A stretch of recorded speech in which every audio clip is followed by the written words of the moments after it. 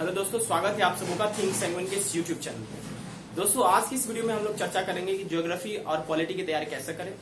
पहले हम लोग पॉलिटी की स्ट्रेटेजी देखेंगे और इससे पहले हम लोग जो है और चर्चा किए थे किस तरह से हम लोग हिस्ट्री की तैयारी कर सकते हैं, साइंस की तैयारी कैसे कर सकते हैं। चलिए हम लोग आज चर्चा करते हैं।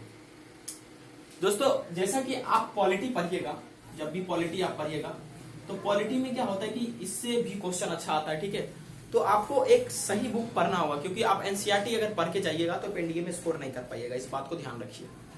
ठीक है, अगर 10 क्वेश्चन आए तो आप एक ही शायद स्कोर कर पाए। ठीक है, तो अगर आप शुरू में तैयारी करते हैं, आपको पॉलिटी का कोई भी जानकारी नहीं है, तो आप क्या कर सकते हैं कि सिंपल सा स्ट्रेटेजी अपना सकते हैं। ठीक है, जैसे मैंने शुरू में चर्चा किया था कि 150 क्वेश्चन अगर आता है तो प्रत्येक क्वेश्चन 4 मार्क्स कैरी करता है, तो 600 मार्क्स हो गया आपका। ठीक है, और दोस्तों अब इसमें क्या मैंने चर्चा किया था कि 50 क्वेश्चन इंग्लिश का, 100 क्वेश्चन जो है जीके जीएस यानी साइंस वगैरह का मिला के होता है।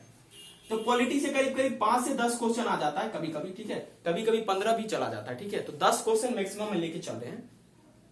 तो पॉलिटी में अगर आप शुरू से आपको कुछ नहीं आता है तो आप एनसीईआरटी प्रिफर करें शुरू में पढ़ना। शुरुआत में 1-2 महीना एनसीईआरटी को दें। ओके, उसके बाद अगर नहीं पढ़ना चाहते एनसीईआरटी, ठीक है, तो आप क्या करें कि आप एनसीईआरटी को छोड़ के, ठीक है, आप इंडियन पॉलिटी एक बुक आता है, मैं बता रहा हूं बुक आपको, इंडियन पॉलिटी, वो भी आता है। बुक किन का आता है? तो लक्ष्मीकांत सर का बुक आता है। ठीक है, लक्ष्मीकांत सर का। ठीक है, ये बुक आपको बहुत अच्छे से पढ़ लेना। ठीक है, और इसमें सारे टॉपिक आपको नहीं पढ़ना है। ठीक है, कुछ कुछ मैं सिलेक्टेड टॉपिक बता रहा हूं। ठीक है, जैसे कि आप सेंट्रल गवर्नमेंट में इसमें जब जाओगे, जब सेंट्रल गवर्नमेंट इसमें पढ़ोगे, ठीक है, तो आपको क्या क्या पढ़ना है मैं यहां भी लिख दे रहा हूं। ठीक है, ताकि आपको मदद करे। ओके, जब सेंट्रल गवर्नमेंट के बारे में आप पढ़ोगे तो सबसे पहले आपको राष्ट्रपति के बारे में पढ़ लेना। ठीक है, क्योंकि इनसे काफी क्वेश्चन इसमें आ जाता है। उसके बाद आपको वाइस प्रेसिडेंट पढ़ लेना। ठीक है दोस्तों, क्या पढ़ना है? Vice president. ठीक है, जो उपराष्ट्रपति रहेंगे उनके बारे में पढ़ लेना। ठीक है, और तीसरा आपको दोस्तों कौन सा पढ़ना है? वो आपका जो दोस्तों रहेगा वो आपको पढ़ लेना है पार्लियामेंट। ठीक है, पार्लियामेंट पढ़ लेना और प्राइम मिनिस्टर को आपको ऊपर ऊपर खाली जानकारी लेना। ठीक है, चौथा आपको दोस्तों पार्लियामेंट कमिटीज के बारे में पढ़ लेना। ठीक है, कि पार्लियामेंट कमेटी का क्या काम होता है, सीधा कमेटी जो होगा पार्लियामेंट कमेटी, उसके बारे में हम लोग पढ़ लेंगे। ठीक है, और सुप्रीम कोर्ट, ठीक है, सुप्रीम कोर्ट भी पढ़ लेंगे हम लोग, सुप्रीम कोर्ट के बारे में भी जानकारी ले लेंगे। ठीक है, तो ये आपको सेंट्रल गवर्नमेंट में पढ़ना। ठीक है, जैसे आप पढ़े कैसे, तो सबसे पहले शुरुआत में जब आप राष्ट्रपति के बारे में पढ़ते हैं तो आपको वहां से शुरुआत होता है राष्ट्रपति के बारे में। आप एकाएक इस टॉपिक को स्टार्ट करेगा, थोड़ा सा ऑड लगेगा। ठीक है, क्योंकि आपने इससे पहले प्रियम्बल नहीं पढ़ा, आपने इससे पहले कुछ नहीं पढ़ा, तो आपको बेसिक जानकारी ले लेना है। जो पुराना कॉन्स्टिट्यूशन है उसके अकॉर्डिंग 395 आर्टिकल है। ठीक है, तो ये छोटी छोटी चीजें हैं जो आपको जानकारी में रखना है। ठीक है, तो जैसे आपने राष्ट्रपति पढ़ना शुरू किया, सबसे पहले आप जानकारी लेंगे, क्योंकि आपको पता है राष्ट्रपति होता है भारत में, तो राष्ट्रपति जो है मेंटेन करता है यूनिटी और इंटीग्रिटी। और भारत का पढ़ना कैसे ये बता रहा हूं। भारत का प्रथम सर्वोच्च यानी सर्वोच्च नागरिक ऐसा कह सकते हैं। ठीक है, तो जैसे कि अब इनके लिए कोई आर्टिकल नहीं थे, सभी लोगों के लिए जो है, जनता के साथ साथ जो है जितने भी मिनिस्टर है उनके लिए भी आर्टिकल नहीं थे। तो 52 से लेकर इनकी जो है चर्चा होती है इनके बारे में, 52 से 79 के बीच में इनके बारे में चर्चा होता है, जो भी इनका पावर है, जो भी इनके आसपास का मिनिस्टर उनके बारे में। ठीक है, जैसे मैंने राष्ट्रपति के बारे में पढ़ना शुरू किया तो सबसे पहले मेरे दिमाग में क्या आएगा दोस्तों कि भैया जी ये बताइए राष्ट्रपति का चुनाव कैसे होता है, राष्ट्रपति आता कैसे है। ठीक है, हमारे भारत में। ठीक है, तो राष्ट्रपति को क्या हम लोग को चुनने का पावर है? क्या राष्ट्रपति को हम लोग चुन सकते? जी नहीं, हम लोग को चुनने का पावर जिसको है उसको चुन के हम लोग दे देते, वही लोग क्या करते हैं, सिंगल ट्रांसफर वोट से चुनते।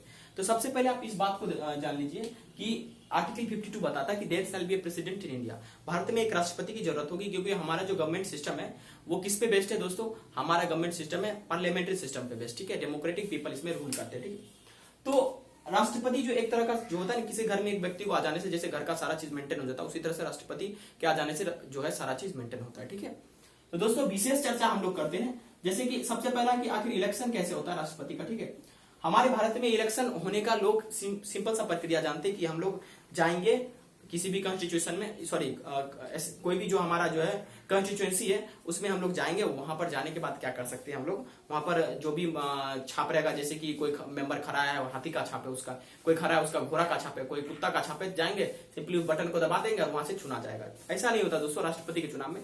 बेसिकली हमारे जो है हमारे कॉन्स्टिट्यूशन में चुनाव की 2 मुख्य प्रक्रिया के बारे में बात की गई। एक है डायरेक्ट इलेक्शन, ठीक है, एक है डायरेक्ट इलेक्शन दोस्तों जिसके द्वारा हम जनता चुनता है, कौन? Elected by people. ठीक है, अच्छा, डायरेक्ट इलेक्शन कहते हैं किसको, जिसमें जनता चयन करता है। जैसे आप लोग क्या करते हैं, अगर मुख्यमंत्री का चुनाव होता है तो सभी अलग अलग जो है कंस्टिट्यूएंसी से एमएलए चुन के जाते हैं और उन्हीं में जो वरिष्ठ एमएलए जो मेजोरिटी पार्टी का होता है वही क्या बन जाते हैं, चीफ मिनिस्टर। ठीक है, तो इस तरह से होता है। ठीक है, अब डायरेक्ट इलेक्शन में क्या होता है, इलेक्टेड बाय पीपल, जो डेमोक्रेटिक कैसे पढ़ना है वो तरीका मैं बता रहा हूँ। जो डेमोक्रेटिक पीपल है वो चयन करते हैं, यानी लोकतांत्रिक जो पीपल है, जो लोकतांत्रिक पीपल है वो क्या करते हैं, डायरेक्ट इलेक्शन द्वारा, जैसे प्राइम मिनिस्टर का चुनाव होता है, जैसे चीफ मिनिस्टर का चुनाव होता है, ये सब डायरेक्ट इलेक्शन द्वारा होता है। ठीक है, अब यहां से दोस्तों एक होता है इनडायरेक्ट इलेक्शन। ठीक है, ये क्या होता है, इनडायरेक्ट इलेक्शन में क्या होता है कि इसमें दो तरह का आपको प्रेफरेंस दिया होगा। एक होगा सिंगल ट्रांसफरेबल वोट। ठीक है, कौन सा होगा, सिंगल ट्रांसफरेबल वोट, ये प्रेफरेंस आपके पास रहेगा। और दूसरा क्या होगा, लिस्ट सिस्टम, जो कि लिस्ट सिस्टम मुझे भारत में नहीं चलता उतना लिस्ट सिस्टम। ठीक है, सिंगल ट्रांसफरेबल वोट से चयन होता है। ठीक है, तो सिंगल ट्रांसफरेबल वोट में छोटी सी जानकारी भी दे रहा हूं, उतना ज्यादा चर्चा अब मैं डीप में नहीं कर रहा। ठीक है, छोटी छोटी जानकारी आपको दे रहा हूं। सिंगल ट्रांसफरेबल वोट में क्या होता है प्यारे दोस्तों, कि इसमें जो भी वोटिंग होता है, इसमें वोटिंग में जैसे हम लोग अभी गांव घर में हमारे मम्मी पापा जैसे हम ही लोग वोट देते हैं तो क्या करते हैं कि सिंपली जाते हैं, हम लोग के पास कोई प्रेफरेंस नहीं रहता। ठीक है भैया जी, अगर आपको जैसे बीजेपी का अगर कमल छाप है तो आपको बीजेपी पसंद है तो आप जाइए कमल छाप पर बटन दबा दीजिए। ठीक है, अगर बीजेपी आपको नहीं पसंद है, जैसे कांग्रेस पसंद है, तो हाथ वाला छाप पे बटन दबा दीजिए। ठीक है, आपको कोई एक बटन दबाना होगा। ठीक है, लेकिन इसमें कहता है कि नहीं, इसमें आपको बहुत सारा ऑप्शन दिया जाता है। ठीक है, तो सिंगल ट्रांसफर वोट द्वारा चुनाव होता है। सिंगल ट्रांसफर वोट को छोटी सी थोड़ा जानकारी लेते हैं। मान लीजिए इसमें बैलेट पेपर हमारा है। ठीक है, जैसे कि हम सिंपल सा बैलेट पेपर देखेंगे, यहाँ हाथी छाप है, यहाँ घोड़ा छाप है, यहाँ बिल्ली छाप है, यहाँ कुत्ता छाप है। ठीक है, तो कोई एक छाप पे हम लोग दे सकते हैं। ठीक है, लेकिन सिंगल ट्रांसफर वोट में ऐसा नहीं होता। ठीक है, इसमें सभी मेंबर का नाम लिखा रहता है, जैसे ये राजीव है, मोहन है, विनय है और मयंक। ठीक है, चार ऐसे व्यक्ति है जो राष्ट्रपति चुनाव के लिए, राष्ट्रपति के लिए उम्मीदवार के रूप में आए हैं। ठीक है, तो मान लीजिए मयंक, हमको लगता है कि मयंक मेरे अनुसार से परफेक्ट बैठता है, तो हम उसको पहला प्रेफरेंस देंगे कि किसी के वोट खाली नहीं जाना चाहिए। ठीक है, मयंक को पहला प्रेफरेंस देंगे। ठीक है, ऐसा नहीं कि मयंक को प्रेफरेंस देकर हम निकल लेंगे, नहीं, मेरा ऑप्शन है कि हम सभी को जो है प्रेफरेंस देंगे। अच्छा, मयंक हमको पसंद है, किसी कारणवश मयंक जो पीछे छूट जाता है, अच्छा चलो मयंक पीछे छूट गया, तो मयंक अगर ना बन पाए तो हम, मेरे हिसाब से राम या रमेश, जो भी मैंने नाम बोला था वो बनना चाहिए। ठीक है, अरे किसी कारणवश अगर रमेश भी हमारा राष्ट्रपति के लिए एलिजिबल नहीं हो पाया या उस लेग बिहाइंड हो गया, पीछे हो गया, तो चलो मोहन है, मेरे तीन प्रेफरेंस पे मोहन होना चाहिए। ठीक है, अरे किसी कारणवश मेरा मोहन भी चला गया तो मेरा चौथा प्रेफरेंस पर क्यों होना चाहिए, विनय होना चाहिए। ठीक है, ये इसको कहते हैं सिंगल ट्रांसफर वोट, किसी का वोट खाली नहीं जाता, ताकि ये ना लगे किसी को कि ये मेजोरिटी पार्टी है इसलिए इसको ज्यादा वोट पड़ गया। ठीक है, अब दोस्तों ये बात आती है कि इसमें बैठेगा कौन, क्योंकि इनडायरेक्ट इलेक्शन है, जनता द्वारा तो इलेक्ट होगा नहीं। इसमें जो होता है मेंबर ऑफ पार्लियामेंट इलेक्ट करते हैं। कौन करते हैं, मेंबर ऑफ पार्लियामेंट। ठीक है, इसमें एक स्पेशल कॉलेज बनाया जाता है, उस कॉलेज के तहत जो है मेंबर ऑफ पार्लियामेंट इलेक्ट करते हैं। ओके, तो हम लोग चर्चा आगे करते रहेंगे। ठीक है, ओके, चलिए, तो उसके बाद हम लोग चर्चा करेंगे कि किस तरह से ये इलेक्शन होता है। ठीक है, मैंने अभी तुरंत आपको बताया है। ठीक है, छोटी छोटी चीज मैं जो बता रहा हूं उसको आप समझिए पहले। ठीक है, अब आगे देखिए, इनडायरेक्ट इलेक्शन में क्या होता है कि हमारे जो है पार्लियामेंट में जैसे होता है लोकसभा, राज्यसभा। ठीक है, और छोटी छोटी बॉडी पर हम जाएंगे, जैसे लेजिस्लेटिव असेंबली होता है, लेजिस्लेटिव काउंसिल होता है। ठीक है, अब क्या होता है कि हमारा स्टेट जो होता है, अभी 28 स्टेट है। ठीक है, तो उस 28 स्टेट में भी सारा जो है अलग अलग कंस्टिट्यूएंसी से लोकसभा में मेंबर आते हैं, राज्यसभा में आते हैं। तो बेसिकली राज्यसभा में भी जो होता है सिंगल ट्रांसफर वोट के द्वारा ही चुना जाता है, इनडायरेक्टली चुना जाता है मेंबर। ठीक है, लेकिन राष्ट्रपति के केस में क्या होता है कि हमारा जो राज्यसभा और लोकसभा के मेंबर होते हैं वो इनके जो है सिंगल ट्रांसफर वोट में भाग लेते हैं। ठीक है, और लेजिस्लेटिव असेंबली के भी मेंबर। ठीक है, लेकिन एक चीज आप समझिए कि हमारे जो यूनियन टेरिटरीज है उसमें भी लेजिस्लेटिव असेंबली है। देखिए, हमने सिर्फ दो ही को लेजिस्लेटिव, हमारा भारतीय संविधान दो ही को लेजिस्लेटिव असेंबली दिया है, एक दिल्ली और पुडुचेरी। बोला कि भाई छोटा छोटा जनसंख्या है, उसका पॉपुलेशन कम है, इसीलिए वहां पर कोई मेंबर नहीं भी रहेगा चलेगा, लेफ्टिनेंट या कोई भी चीज वहां पर रूल करेगा चलेगा। जैसे अंडमान निकोबार होगी, इन सबों में नहीं है। तो हमारा जो है राष्ट्रपति चुनाव जो होता है उसमें मेंबर ऑफ पार्लियामेंट यानी कि जो होता है एक स्पेशल कॉलेज बनाया जाता है जिसको इलेक्टोरल कॉलेज कहते हैं। ठीक है, ये इलेक्टोरल कॉलेज होता क्या है दोस्तों, छोटी छोटी बातें हम लोग चर्चा करेंगे, उसके बाद आगे डिस्कस करेंगे। ठीक है, इलेक्टोरल कॉलेज जो होता है, ये इस कॉलेज में लोकसभा के मेंबर आते हैं। ठीक है,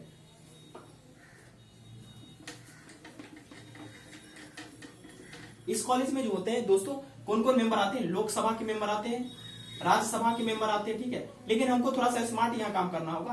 ठीक है, और यहाँ पर क्या होगा कि लेजिस्लेटिव असेंबली जो है वो किसका किसका, तो दिल्ली और पुडुचेरी का भी एक स्पेशल प्रोविजन द्वारा इसको अमेंडमेंट में डाला गया था। ठीक है, ये भी मेंबर जो है इसमें वोटिंग कर सकते हैं। अब बात आता है कि सर लोकसभा में अगर आप गौर से देखिएगा ना, तो उसमें क्या होता है कि लोकसभा में आपका दो तरह का मेंबर होता है, एक तो डायरेक्ट इलेक्ट होकर आता है और एक राष्ट्रपति द्वारा नॉमिनेट 2 मेंबर ऐसे जो होते हैं यानी एंग्लो इंडियन वो राष्ट्रपति द्वारा नॉमिनेट होते हैं, ठीक है। ये राज्यसभा के केस में भी होता है, ठीक है। तो इसमें जो होंगे लोकसभा के केस में भी जो भी नॉमिनेटेड मेंबर है, जैसे 2 एंग्लो इंडियन है, वो नॉमिनेट राष्ट्रपति के द्वारा किया जाता है, ठीक है।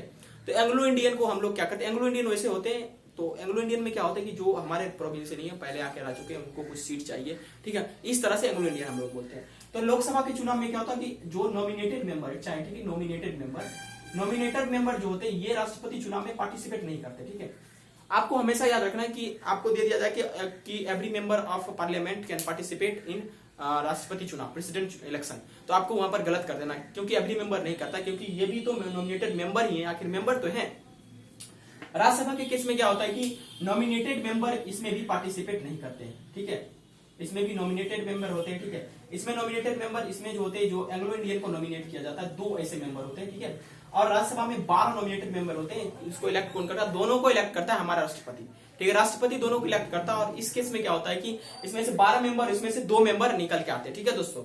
तो इसमें आपको बिल्कुल समझ के चलना है कि अगर आप अब नहीं समझ पा रहे हो तो दिक्कत होगा, ठीक है। ये छोटी छोटी चीजें हैं जो आपको समझना है, ठीक है। तो अब यहाँ पर देखिए, और इसके साथ साथ क्या कहा गया है कि लेजिस्लेटिव काउंसिल के भी मेंबर भी पार्टिसिपेट नहीं करेंगे राष्ट्रपति चुनाव, उनका जरूरी नहीं है पार्टिसिपेट करना, ठीक है। तो हमारे लोकसभा में अगर 545 सीट है, तो उसमें हमारा 2 सीट किसके लिए दोस्तों है, 2 सीट हमारा जो है ऐसे मेंबर के लिए है जो कि एंग्लो इंडियन है, तो उनका सीट हम लोग को हटाना पड़ेगा। राज्यसभा में जैसे हम देखेंगे गौर से, उसमें भी कुछ सीट है, ठीक है। तो वो सीट में जो है हम उसमें भी से 12 सीट घटा देंगे, ठीक है। तो टोटल जो है हम वोटिंग जो सिस्टम होता है वो वोट टोटल पड़ता है 48-96 के आसपास, जो मेंबर होते हैं एमपीज एमएलए सब मिला के, ठीक है। हम वो डिटेल में चर्चा करेंगे, अभी आपको उतना जानने की जरूरत नहीं है, ठीक है। तो नॉमिनेटेड मेंबर आपको इतना ही जानना है कि ये नहीं पार्टिसिपेट करेंगे। लेकिन जो है, अब एक चीज देखिए, लोकसभा में भी कभी कभी क्या होता है, इलेक्टेड हो जाते हैं ये एंग्लो इंडियन, कभी कभी इलेक्टेड हो जाते हैं। ऐसा हमारे संविधान में बताया गया कि अगर इनका जो वोटिंग बहुत ज्यादा पड़ जाए, अगर वोटिंग पड़ने लगे इनको, तो ये कभी कभी इलेक्टेड भी आते हैं, ठीक है। तो उस केस में क्या होगा, ये पार्टिसिपेट करेंगे, उसके लिए केस दिया जाएगा आपको प्रॉब्लम में, उसमें आपको ज्यादा परेशान नहीं होना, ठीक है। तो ये कुछ तरीका था जिसके तहत आप लोग पढ़ेंगे, इलेक्टोरल कॉलेज के बारे में पढ़ेंगे। तो अगर इन शॉर्ट में कहूं तो राष्ट्रपति चुनाव में इनडायरेक्ट चुनाव होता है, ठीक है, डायरेक्ट में से चुनाव नहीं होता, ठीक है। तो ये कुछ जानकारी आपको इकट्ठा कर लेना, ठीक है। आप इसके अलावा जो आपको क्या क्या पढ़ना है, आपको फंडामेंटल राइट पढ़ लेना है, फंडामेंटल ड्यूटीज पढ़ लेना है, फंडामेंटल ड्यूटीज और फंडामेंटल राइट्स, ठीक है, फंडामेंटल राइट्स, ओके, ये आपको पढ़ लेना है। और उसके बाद आपको पढ़ना है directed state of principal policy जो वो, और इससे 0 में आप क्या पढ़ सकते हैं कि प्रियम्बल ऑफ कॉन्स्टिट्यूशन, ठीक है। ये आपको पढ़ लेना कि भैया जी यूनिटी का मतलब क्या होता है, इंटीग्रिटी का मतलब वो क्या होता है, सॉवरेनिटी का मतलब क्या होता है, ये सब चीजों का आपको बहुत ध्यान से पढ़ लेना, ओके। अब आगे हम लोग अब देखते हैं कि किस तरह से हम लोग पढ़ने के बाद हम लोग इस स्कोर में यूटिलाइज कर लेते हैं, ठीक है। ये पढ़ने से ही सिर्फ नंबर नहीं आता, हमको उसको प्रैक्टिस भी बार बार करना पड़ता है, ठीक है। तो आपको क्या करना होगा कि एक बुक खरीद लेना होगा कि ऑब्जेक्टिव इंडियन पॉलिटी, ठीक है, इंडियन पॉलिटी। आपको जितना बार में याद हो, पॉलिटी बुक पढ़ने से किसी को एक बार में समझ आता है, किसी को 2 बार, अगर आपको समझ में 5 बार भी लग जाए तो आप कम से कम 4 से 5 बार रिवाइज करिए और ऑब्जेक्टिव इंडियन पॉलिटी पे आइए। जैसे ये भी लक्ष्मीकांत सर का बुक है, ये खरीद ले आप बुक जाके कहीं या ऑनलाइन मंगवा ले, ठीक है। तो आपको क्या करना है प्यारे मित्रों, आपको करना क्या है कि इसमें जो है, जैसे मैंने आपको बताया राष्ट्रपति के बारे में बताया, ठीक है। तो आप क्या करो, इसी में से ऑब्जेक्टिव राष्ट्रपति पे जो बेस्ट है वो ऑब्जेक्टिव आप कर लो, ठीक है। तो इसी तरह से आप पढ़ने के बाद सारा कर लोगे, और उसके बाद आपको पिछले साल जो भी एग्जाम में 2009 से लेकर 2019 सेकंड तक आया है पॉलिटी का क्वेश्चन, उसको सारा कर डालो, ठीक है। उसका एनालिसिस कर लो, फिर पीएचडी करना चाहते हो पीएचडी कर लो, ठीक है। तो ये तरीका था पॉलिटी का पढ़ने का मेरे हिसाब से, ठीक है, ओके। अब हम लोग आगे बढ़ते हैं, ज्योग्राफी को कैसे करें, ठीक है। समय कम है, बताना ज्यादा है, ठीक है। तो ज्योग्राफी अगर हम गौर से देखेंगे दोस्तों, ज्योग्राफी में विशेष आपका एग्जाम अगर गौर से देखिएगा तो ये आपका गेम चेंजर होता है, कभी कभी 10 से 20 क्वेश्चन भी आ जाता है, ठीक है। तो ये आपको बिल्कुल ध्यान रखना है, ठीक है। तो आपको क्या करना है, सबसे पहले क्या करना, मैप पे अच्छा पकड़ बनाना है, मैप जो आपका होता है उस पे, ठीक है। कहीं से भी देखिए मैप देखिए, जैसे इंडिया का मैप है, कहां पर कौन सा ऐसा जोन है जिसमें फ्रिजिड जोन है, कौन सा ऐसा जोन है जिसमें ठंडा रहता है, इक्वेटर के पास कैसा जोन होता है, इक्वेटर के बाद कैसा जोन होता है, कहां पे अर्थ का कैसे क्या होता है, ये सब चीज जानकारी, ठीक है। तो आपको मैप ले लेना, मैप खरीद लेना। और दूसरा आपको वो क्या करना है, कृष्णा पब्लिकेशन का जो बुक आता है, ठीक है, वो इसी प्रोस्पेक्टिव से लिखा गया रहता है और उस पर मैप बेस्ड कई सारे क्वेश्चन दिए जाते हैं, ठीक है। तो आपको छोटी छोटी चीजों को करना है, और स्पेशल इसमें कौन कौन टॉपिक पे ध्यान देना है, आपको डैम हो गए उस पर ध्यान देना है, माउंटेन वगैरह हो गया उस पर ध्यान देना, जैसे माउंटेन है, माउंटेन प्लेटूज है, पठार जो होता है वो, और उसके बाद रिवर हो गया, उसका रिवर एंड इट्स प्रोजेक्ट, क्या क्या प्रोजेक्ट है, जैसे कि कोई डिस्प्यूट हुआ है उसका कारण क्या है, जैसे कावेरी डिस्प्यूट, रिवर्स वगैरह, ठीक है। और उसके बाद दोस्तों आपको क्या करना है कि कौन सा ऐसा रिवर है, कहां पर उसके आसपास में कोई प्रोजेक्ट है या कोई ऐसा चीज है जो सिचुएटेड है वहां पर, ठीक है। तो इसके बारे में आपको करना है। रिवर का कौन कौन जो ट्रिब्यूटरीज है, जैसे कि उसको बांटता कौन है, रिवर को कहां से क्या बांटता है, ठीक है, ये चीज आपको कर लेना। और इसके साथ साथ आपको क्या करना है, ई में आपको क्या करना है, यानी इसके बाद का टॉपिक आपको टाइगर रिजर्व पे बिल्कुल ध्यान देना है, वाइल्ड लाइफ सेंचुरीज है इस पे ध्यान देना है, ठीक है। ये सब चीज वाइल्ड लाइफ सेंचुरीज करना है आपको, ठीक है। और इसके साथ साथ कौन कहां पर क्या चीज है, ठीक है, और कहां पर क्या नया नोच होने, जैसे न्यूक्लियर पावर प्लांट है, न्यूक्लियर प्रोजेक्ट है, उस सब के बारे में हम लोग चर्चा करेंगे, ठीक है। तो आगे भी हम लोग करेंगे, ओके। तो ज्योग्राफी के बारे में हमारा ये इतना चीज है, ये चीज हमको बिल्कुल पढ़ के चलना है, ठीक है। ये चीज बिल्कुल हमको समझना है, अगर नहीं समझेंगे तो हमको दिक्कत हो जाएगा, ठीक है। तो ये आपको मैंने कुछ टॉपिक इंपोर्टेंट बताया, जिसको हम लोग पहले देखिए, यहाँ पर डिस्टर्बेंस काफी होता है, मार्केट का एरिया कोई कभी आ जाता है जिसकी वजह से डिस्टर्बेंस होता है, ओके। तो मैप आपको पढ़ लेना और कृष्णा पब्लिकेशन का आपको क्या करना है, बुक ले लेना, ठीक है। और मैंने टॉपिक अभी आपको बताया क्या क्या पढ़ना है, तो आपको क्या करो, मैप से भी प्रैक्टिस करो, इससे भी, दोनों से पढ़ो, ठीक है। और इसके पीछे में दोस्तों ऑब्जेक्टिव दिया, उसे जरूर करो। आप इसके लिए एक्स्ट्रा कुछ नहीं करना, ऑब्जेक्टिव करने के बाद आप क्या करो, प्रीवियस ईयर पे आ जाओ, प्रीवियस ईयर का पूरा कर लो, ठीक है। इससे आपको करीब करीब आइडिया लगेगा कहां से कहां तक आया, 2009 से 2019 सेकंड तक आप प्रीवियस ईयर पूरा कंप्लीट कर लो, ओके। ये आपका जो दोस्तों है पॉलिटी और ज्योग्राफी का टोटल जो है स्ट्रेटेजी है, जिसके मदद से आप पूरा अपना कंप्लीट कर सकते हैं तैयार, ठीक है। तो आप इस वीडियो को इतना समय दिए, इतना देखें, thank you very much for watching this video. आप इस स्ट्रेटेजी को अपने प्रिपरेशन में अप्लाई करें, ठीक है। आप बिल्कुल सक्सेस होइएगा, आपको अच्छा स्कोर आएगा तो हमें बताइए कि हाँ में अच्छा स्कोर आया। ये एकदम अप्लाइड स्ट्रेटेजी है, जिससे बहुत सारे स्टूडेंट ने स्कोर किया था, इवन मैंने भी स्कोर किया था, कुछ कारण बस मैं लेग बिहाइंड रह गया, तो उसका अलग बातें हैं।